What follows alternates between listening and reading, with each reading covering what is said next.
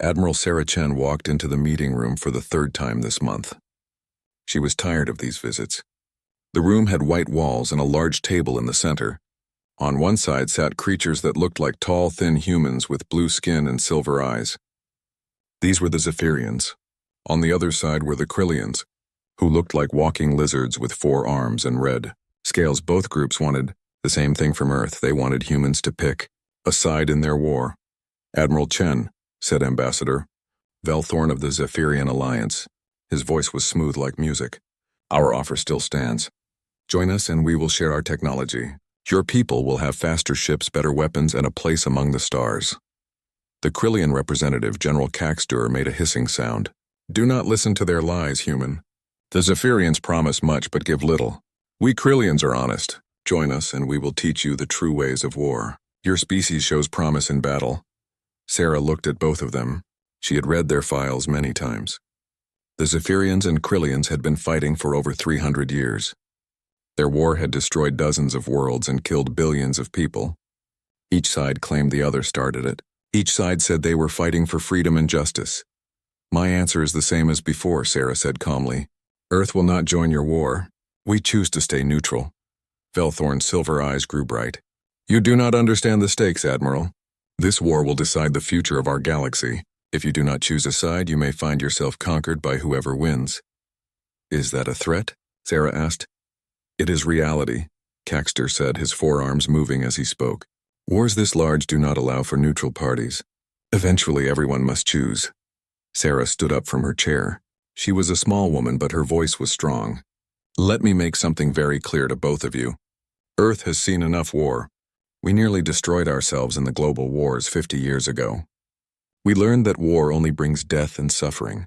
We will defend our solar system if we must, but we will not attack others." The two aliens looked at each other, then back at Sarah. They could not understand how humans thought. Most species in the galaxy were either warriors or victims. Humans seemed to be something different. "Your technology is primitive," Velthorn said. "Your ships are slow and your weapons are weak. How can you defend yourselves against a galactic power?" Sarah smiled, but it was not a happy smile. "Our technology may be primitive, but it works. We have something you might have forgotten in your long war. We can adapt. We can change. We can learn." Dr. Marcus Webb, Earth's top alien expert, sat quietly in the corner. He had been studying both species for 2 years. He knew things about them that they did not know about themselves. The Zephyrians were once peaceful people who had been forced into war. The Krillians were natural fighters who had been born into conflict. Both had forgotten what peace looked like. "Your ships are interesting," General Caxtur admitted. "They do not follow standard designs. Your weapons are unusual, but unusual does not mean effective against real military forces." "We hope we never have to find out," Sarah replied.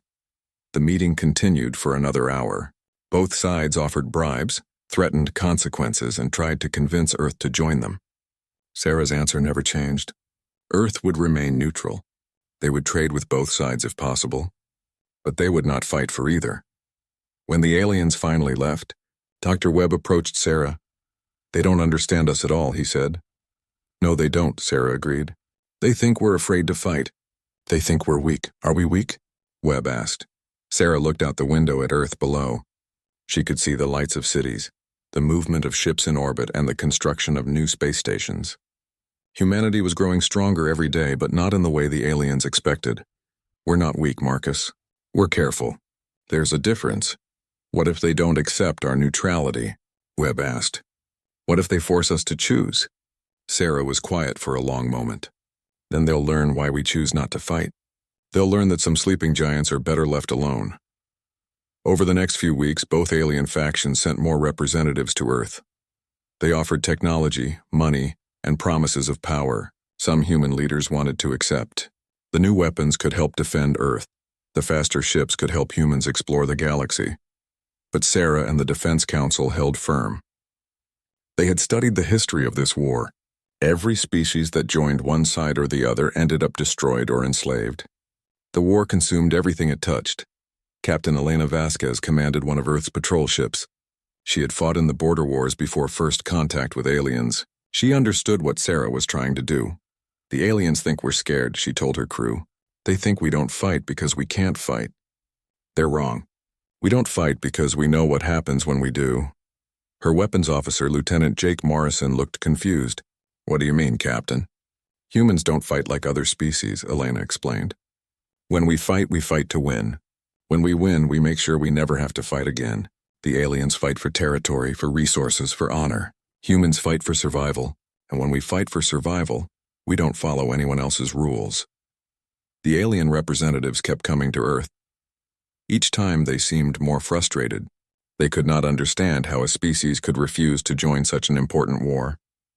In their minds, neutrality was impossible. But humans had learned something the aliens had forgotten. War was not the answer to every problem. Sometimes the best way to win was not to play the game at all. Dr. Webb spent his days studying alien behavior patterns. He noticed something troubling. Both sides were getting impatient with Earth's refusal. They were starting to see human neutrality as a problem to be solved rather than a position to be respected. I think they're going to test us, he told Sarah during one of their private meetings. What kind of test? She asked. The kind where they push to see how far they can go before we push back. Sarah nodded. She had been expecting this. How long do we have? Not long. Both sides are planning something. I can see it in their communications patterns and their ship movements. That night, Sarah stood on the observation deck of the space station. Earth hung below her like a blue and white jewel. It was beautiful and peaceful. But she knew that peace might not last much longer. The aliens wanted Earth to choose a side. They could not understand that Earth had already chosen. Earth had chosen humanity's future over anyone else's war.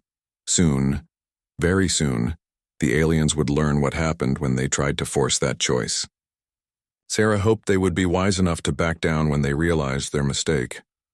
But something deep inside told her they would not be that wise, and when that happened, the galaxy would learn why Earth had been so careful to stay out of the war. The sleeping giant was about to wake up. The first incident happened 3 weeks after the last diplomatic meeting. Captain Elena Vasquez was patrolling the outer edge of the solar system when her sensors picked up movement. 3 Zephyrian scout ships had crossed into human space, chasing a single Krillian vessel. Captain, they're firing weapons inside our territory, reported Lieutenant Morrison from the weapons station. Elena watched the display screen as bright energy beams flashed between the ships. The Krillian ship was damaged and leaking atmosphere.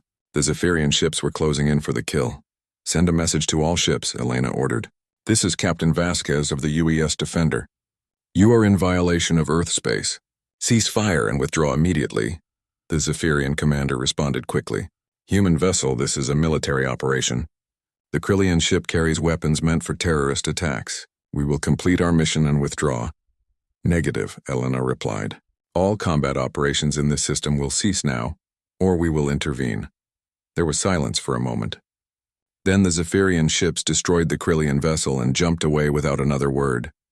Elena filed her report, but she knew this was just the beginning. Dr. Webb had been right. The aliens were testing human resolve. The second incident came a week later.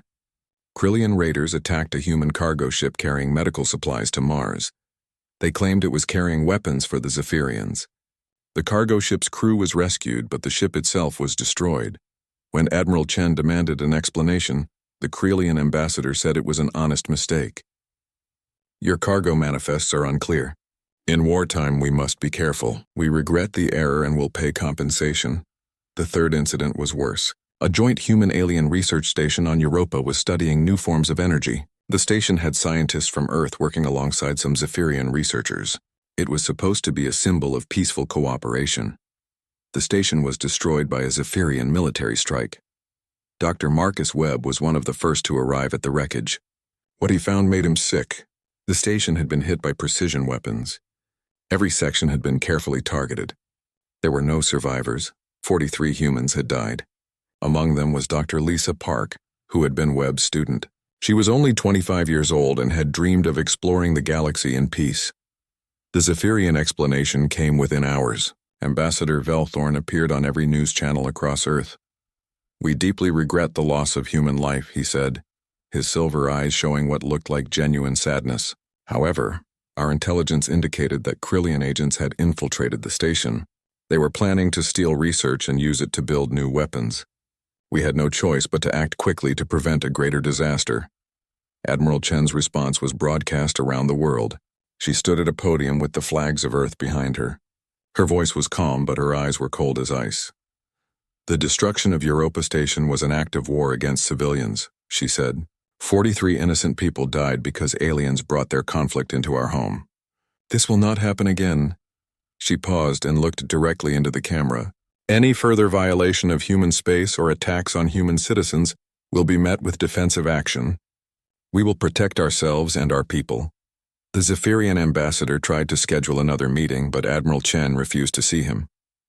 The Krillians also requested talks, claiming they wanted to help Earth avoid future misunderstandings. Dr. Webb spent days analyzing the attack on Europa Station. What he found confirmed his worst fears. The attack had not been a mistake or a response to Krillian infiltration. It had been a deliberate test. They wanted to see how we would react to the loss of human life, he told Admiral Chen during their private meeting. Both sides are watching us.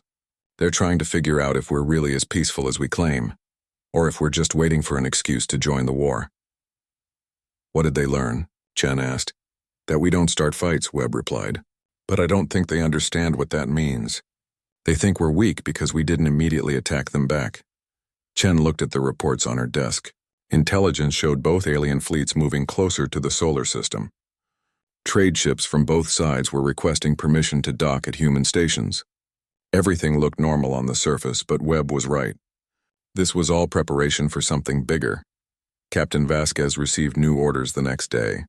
Her ship was to escort civilian vessels traveling between Earth and the outer colonies. The routes were becoming dangerous as both alien factions increased their patrols. They're squeezing us, she told her crew, making it harder for us to move freely in our own space.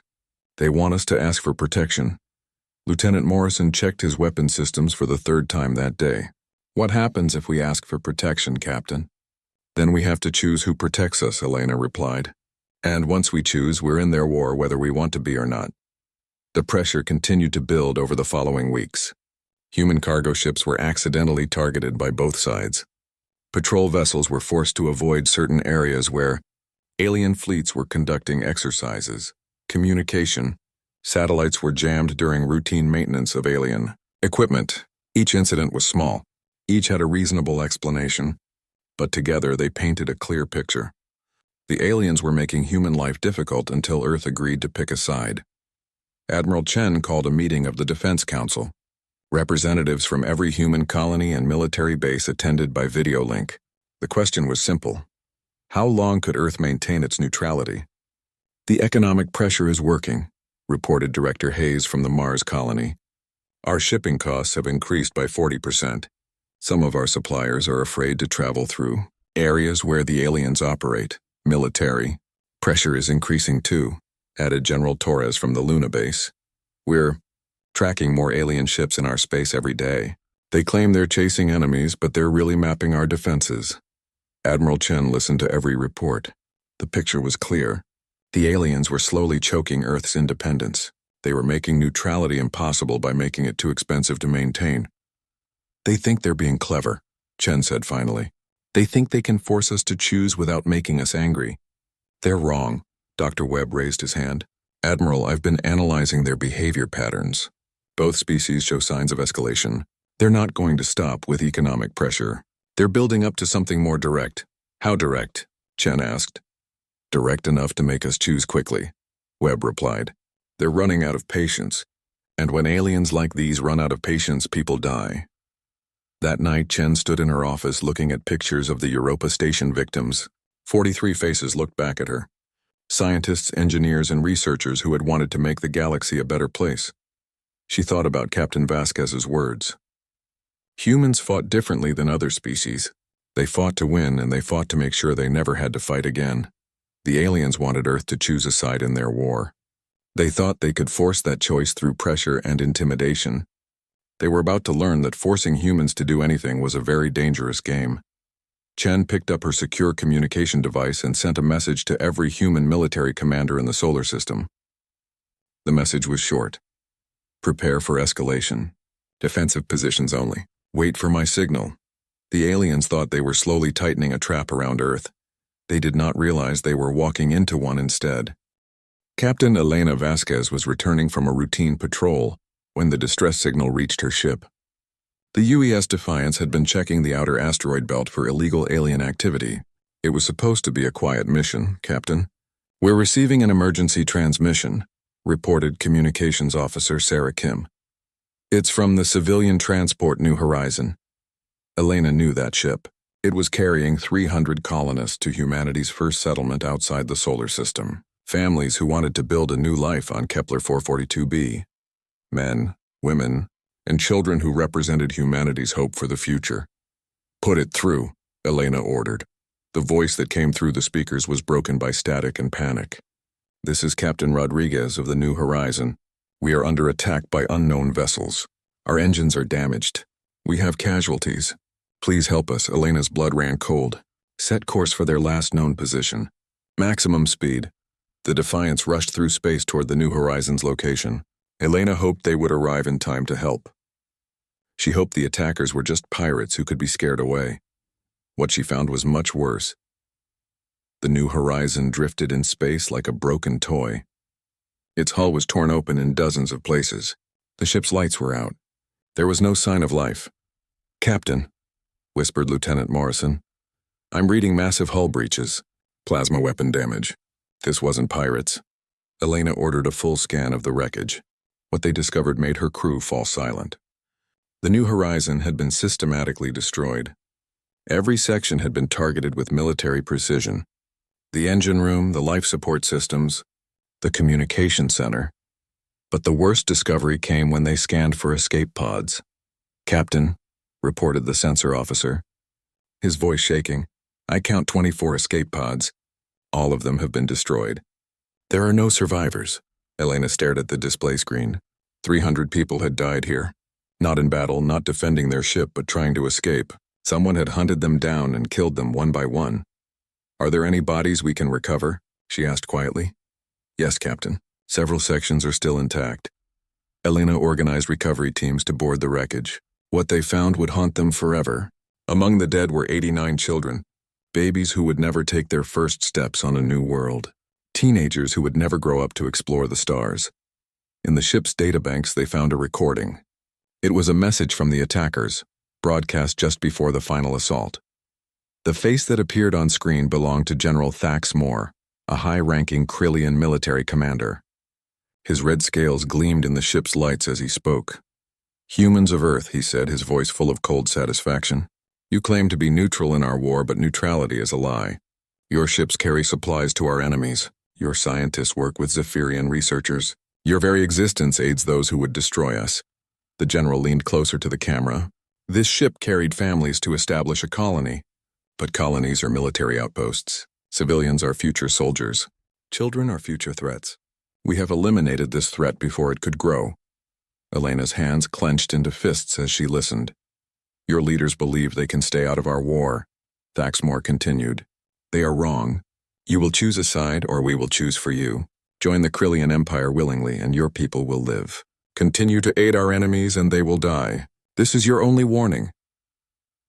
The message ended with the destruction of the last escape pod. Elena sat in her captain's chair, staring at the black screen. Her crew looked at her, waiting for orders. Some of them had tears in their eyes. Others looked ready to start shooting anything that moved. Collect all the evidence, Elena said finally. Every piece of wreckage, every body, every data file. Earth needs to see what really happened here. The journey back to Earth took 18 hours. Elena spent most of that time writing her report. She tried to keep it professional, but how do you professionally describe the murder of children? When they reached Earth, Admiral Chen was waiting for them. She came aboard the Defiance personally to see the evidence. Elena had never seen the Admiral cry before, but tears ran down her face as she looked at the recordings from the New Horizon. How many children? Chen asked quietly. 89, Elena replied. The youngest was 6 months old.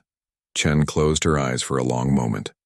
When she opened them, Elena saw something she had never seen before. The Admiral was angry. Not frustrated or annoyed, but truly deeply angry. General Thaxmore, Chen said slowly as if tasting the name. He thinks he can threaten human children and make us surrender. Admiral? Elena began, but Chen held up her hand. Captain, I want you to prepare a message for broadcast to both alien factions. Tell them I will address their representatives tomorrow morning. Tell them it's about our response to recent events." Elena nodded. "What should I tell our forces?" Admiral Chen looked out at the stars where the New Horizon had died. "Tell them to prepare for war." The next morning, representatives from both alien factions gathered in the main conference room of Earth's orbital headquarters. Ambassador Velthorn sat on one side, General Caxter on the other. Both looked confident. They thought the attack on the New Horizon had finally forced Earth to choose. Admiral Chen entered the room wearing her full military uniform. Behind her walked Captain Vasquez and Dr. Webb. Their faces were stone cold. "Gentlemen," Chen began, "thank you for coming. I have an announcement to make about Earth's position in your war." Both aliens leaned forward eagerly. "For 2 years, we have tried to stay neutral. We have refused your demands, ignored your threats, and endured your provocations. We hoped that reason and diplomacy could keep us out of your conflict." Chen activated a wall screen showing images from the New Horizon, pictures of destroyed escape pods, bodies of children floating in space. Yesterday, General Thaxmore of the Krillian Empire decided that our neutrality was no longer acceptable. He murdered 300 innocent civilians, including 89 children, to force us to choose a side in your war. The Zephyrian ambassador looked shocked. The Krillian general tried to appear unconcerned, but Elena could see worry in his 4 eyes. "General Thaxmore was right about one thing," Chen continued. "Our neutrality is over. Earth will now participate in your war." Both aliens started to speak, but Chen's voice cut through their words like a blade. "However, we will not be joining either side. As of this moment, Earth considers both the Zephyrian Alliance and the Krillian Empire to be hostile forces. Any ship from either faction found in human space will be destroyed. Any attempt to attack human civilians will result in immediate retaliation." The room fell silent. Both aliens stared at Chen in shock. "You wanted Earth in your war," Chen said, her voice deadly calm. "Congratulations. You have what you asked for. Now you will learn why we tried so hard to stay out of it." General Caxter stood up, his 4 arms gesturing angrily. "You cannot fight both of us. Your primitive technology is no match for either of our fleets." Admiral Chen smiled, but it was not a kind smile. "General, you just murdered 300 of our people to prove how dangerous you are. Let me show you how dangerous we can be." She pressed a button on her control pad. Every screen in the room lit up with tactical displays showing human ships moving throughout the solar system. Weapons platforms coming online. Defense grids activating. "You have 24 hours to remove all your forces from human space," Chen announced. "After that, we will remove them for you." The aliens left the meeting in shocked silence. They had expected Earth to beg for protection or demand alliance terms. They had not expected a declaration of war against both sides. Dr. Webb approached Admiral Chen as the room emptied. "Admiral," he said quietly, "are we really going to fight both alien factions at once?" Chen looked at the pictures of the dead children still displayed on the wall screen. "Marcus, they think they understand human nature. They think we're either warriors or victims. They're about to learn there's a third option." "What's that?" Webb asked. "We're survivors," Chen replied. "And when humans fight for survival, we don't follow anyone else's rules." 6 months after the destruction of the New Horizon, the galaxy was learning a new kind of fear. Human ships appeared in places they should not be. Human weapons struck targets that should have been impossible to reach. Human tactics defied every rule of civilized warfare. Captain Elena Vasquez, now promoted to Commodore, stood on the bridge of her new ship, the UES Retribution. She was studying tactical displays showing Krillian fleet movements near the Titan VII system. The enemy had built a massive military base there, thinking it was too far from Earth to be threatened. They were wrong. "Commodore," reported her new tactical officer, Commander Jake Morrison. "The stealth ships are in position. All systems show green." Elena nodded. The plan they were about to execute would have been impossible for any other species. It required precise timing, perfect coordination, and the willingness to sacrifice everything for victory. "Dr. Webb, are you reading their communications?" Elena asked. Dr. Marcus Webb, now serving as Strategic Intelligence Coordinator, checked his displays. "Yes, Commodore. They're discussing human ship movements in the outer systems. They think we're planning to attack their supply lines. Good, let them think that. Commander Morrison, initiate Phase 1. What happened next became known in galactic military academies as the Titan 7 demonstration. Human forces had spent weeks placing small, undetectable devices throughout the asteroid field surrounding the Krillian base. Each device was no bigger than a dinner plate, but together they formed a deadly web. The Krillian base commander, General Vex Thol, was meeting with his staff when the first explosion occurred. A small flash of light in the asteroid field, barely visible against the stars. "What was that?" he demanded. His sensor officer checked the displays. "Unknown, General. Possibly a collision between asteroids." Then the second explosion happened. Then the third. Then dozens more, each one larger than the last. "Sir?" the sensor officer said, his voice rising in panic. "The entire asteroid field is destabilizing. We're reading massive energy releases throughout the system." General Vex Thol realized what was happening, just as the first asteroid, now moving at incredible speed, struck his base's outer shields. The impact shook the entire structure. "Humans," he whispered. Elena watched from her ship as the plan unfolded perfectly. The small devices had been antimatter charges, precisely placed and timed. When they exploded, they turned ordinary asteroids into kinetic weapons moving faster than missiles. "All ships, prepare for Phase 2, Elena commanded. As the Krillian base tried to deal with the asteroid bombardment, human ships appeared from every direction. They had been hiding in the gas clouds of nearby planets, invisible to Krillian sensors. But these were not ordinary attacks. Human ships moved like no alien vessel ever had.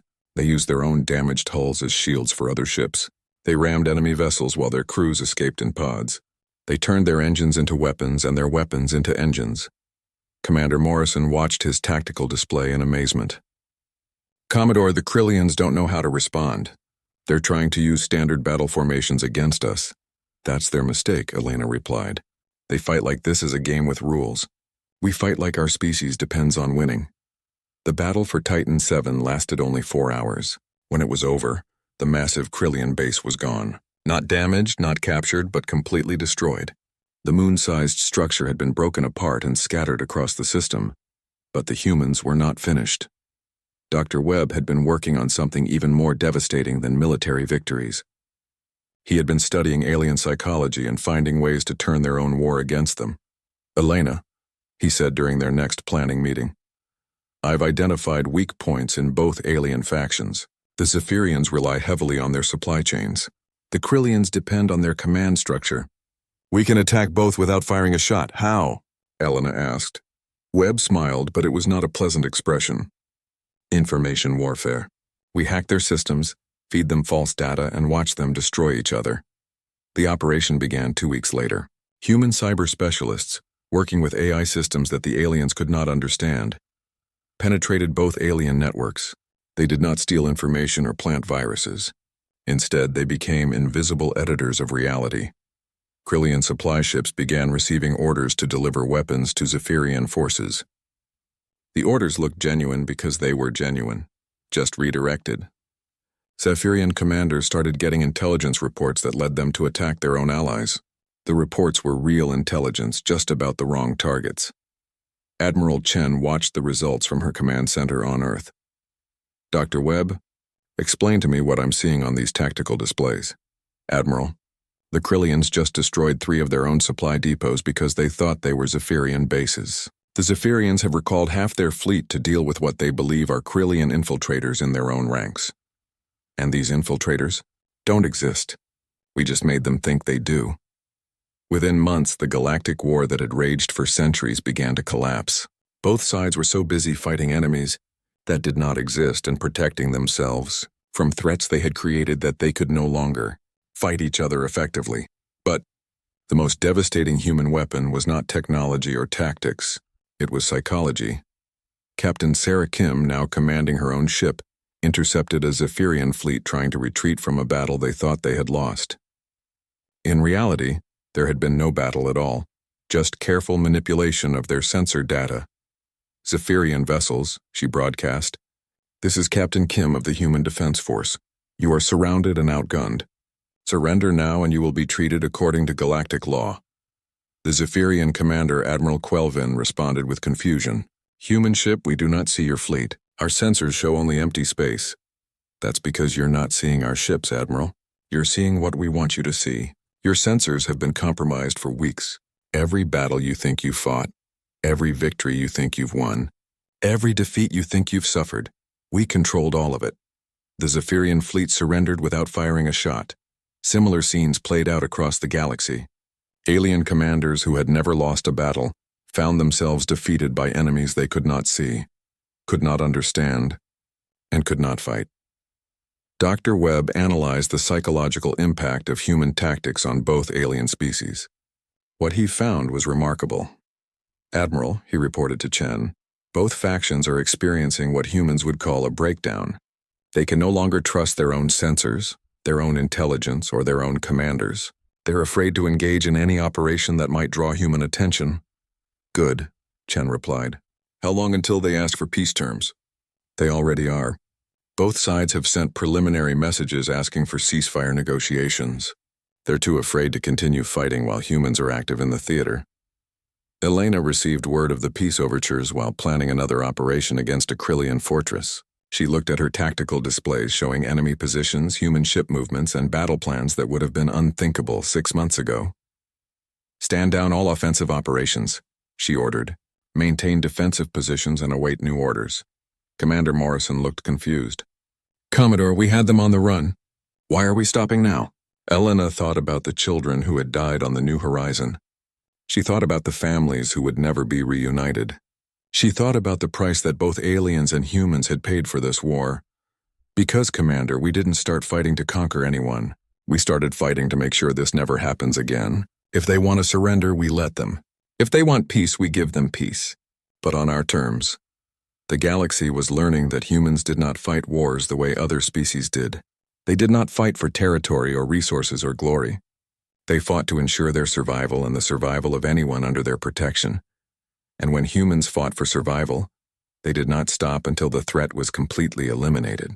Not through conquest or destruction, but through making their enemies understand that attacking humanity was the worst mistake anyone could make. The long galactic war was ending not because anyone had won, but because everyone had learned to fear what happened when you gave humans a reason to fight. Admiral Sarah Chen stood in the rebuilt Europa station, looking out at the memorial wall. Names of the dead were carved into black stone. 43 humans who had died in the first alien attack. 300 more from the New Horizon, and dozens of others who had been killed in the months that followed.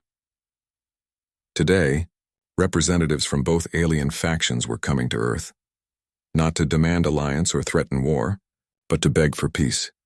"Admiral," Dr. Marcus Webb said as he approached, "the alien delegations have arrived. They're waiting in Conference Room Alpha." Chen nodded but did not move from the memorial wall. "How do they look, Marcus?" "Scared," Webb replied honestly. "More scared than I've ever seen any alien species. The Zephyrian ambassador keeps asking if humans can really control their ship systems remotely. The Krillian general wants to know how many human agents are operating in their territory." "And what did you tell them?" Webb smiled slightly. "I told them that was classified information. The truth was simpler and more terrifying than the aliens could imagine. There were no human agents in their territory. There were no secret weapons controlling their systems. Everything that had happened to them, every defeat, every technical failure, every strategic disaster, had been accomplished by a few dozen humans with computers and a deep understanding of alien psychology." Chen finally turned away from the memorial wall. "Let's go end this war." Conference Room Alpha had been redesigned since the last meeting with alien representatives. The table was larger, the lighting brighter, and the walls displayed tactical information that made both alien delegations very uncomfortable. Ambassador Velthorn of the Zephyrian Alliance looked much older than he had a year ago. His silver eyes were dim and his blue skin had a grayish tint. Sitting across from him, General Caxtur of the Krillian Empire kept all 4 of his arms tightly crossed, as if protecting himself from invisible threats. "Admiral Chen," Velthorn began, his voice no longer smooth and confident, "we come to request terms for ending hostilities between our peoples." "Terms?" Chen asked, settling into her chair. "You want to negotiate terms after murdering my people?" General Caxtur leaned forward. "Admiral, we understand that mistakes were made. The actions of General Thaxmore were not authorized by the Krillian High Command. We are prepared to offer substantial compensation for human losses." Chen laughed, but there was no humor in it. Compensation? You think you can pay me for dead children? Both aliens shifted uncomfortably in their seats. They had come expecting to negotiate like civilized beings. Instead, they found themselves facing a species that seemed to operate by completely different rules. What do you want from us? Velthorn asked quietly. Chen activated the wall displays. Images appeared showing the current state of both alien factions. Fleets scattered across the galaxy, afraid to group together because humans might attack.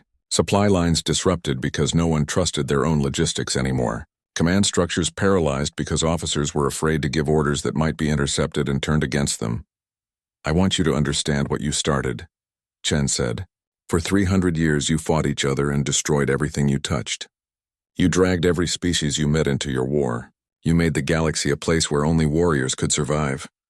She pressed another control. The displays showed human settlements across known space, trade routes protected by human ships, and colonies that had been established in the months since the war began. Now look what happens when someone fights for peace instead of conquest. Dr. Webb stepped forward with a data pad.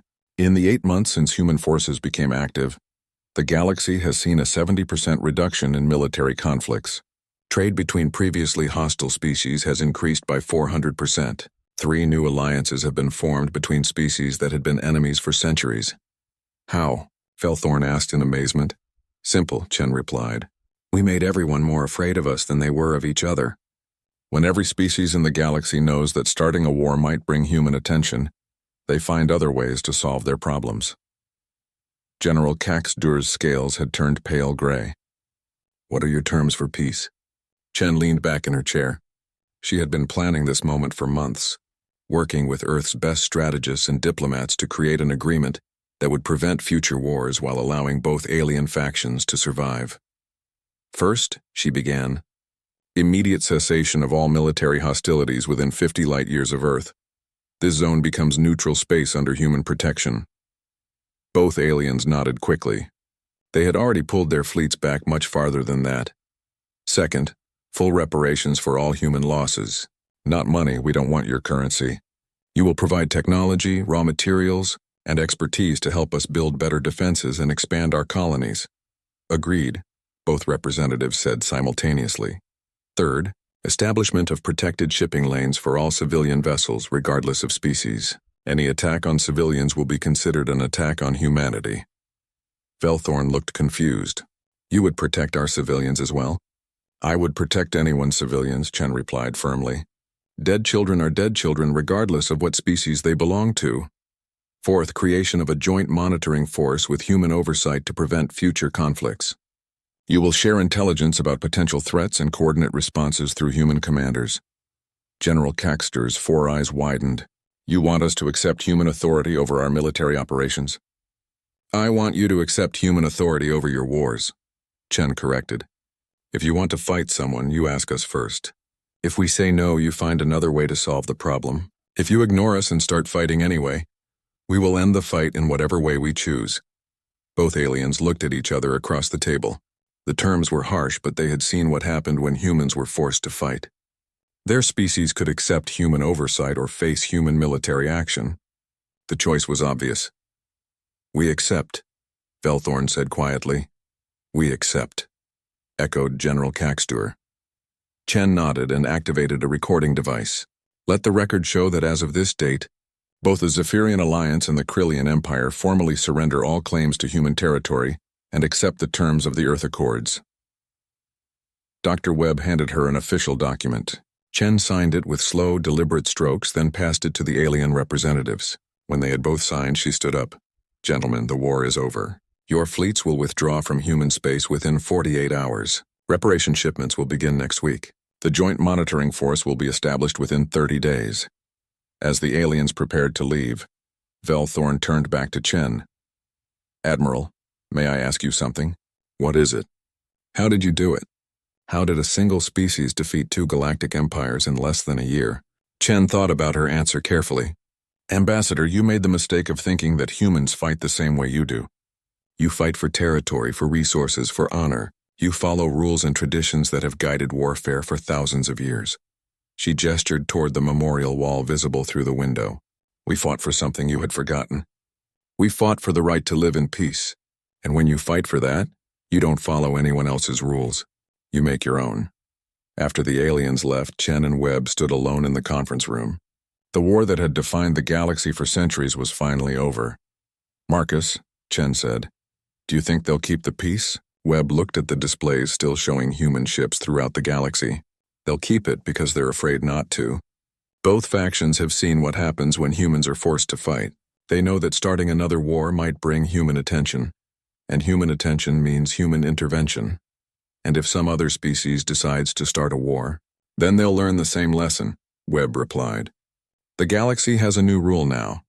If you want to fight a war, you have to be prepared to fight humanity. And after what happened to the Zephyrians and Krillians, I don't think anyone is prepared for that. 10 years later, Dr. Webb sat in his office at the Galactic Peace Institute, reading reports from across known space. The Terran demonstration had become required study at every military academy in the galaxy, not as a tactical manual, but as a warning about the consequences of unnecessary war. The long war between the Zephyrians and Krillians had become known as the Last War. No major military conflict had erupted anywhere in the galaxy since the Earth Accords were signed. Trade flourished, exploration expanded, and new alliances formed between species that had been enemies for millennia. But the most important change was not political or economic. It was philosophical. The galaxy had remembered that war should be the last resort, not the first response to disagreement. Captain Elena Vasquez, now Admiral of the Human Defense Fleet, stopped by Webb's office that evening. Marcus, she said, I just received a report from the Outer Rim. The Hegemony and the Federation are having a border dispute. Both sides are asking for human mediation instead of mobilizing their fleets. Webb smiled. They've learned the lesson. What lesson is that? That some sleeping giants are better left alone, Webb replied. And that when humans are forced to wake up, the galaxy remembers why peace is worth preserving. Earth had refused to join the conflict until aliens chose the wrong enemy. Now,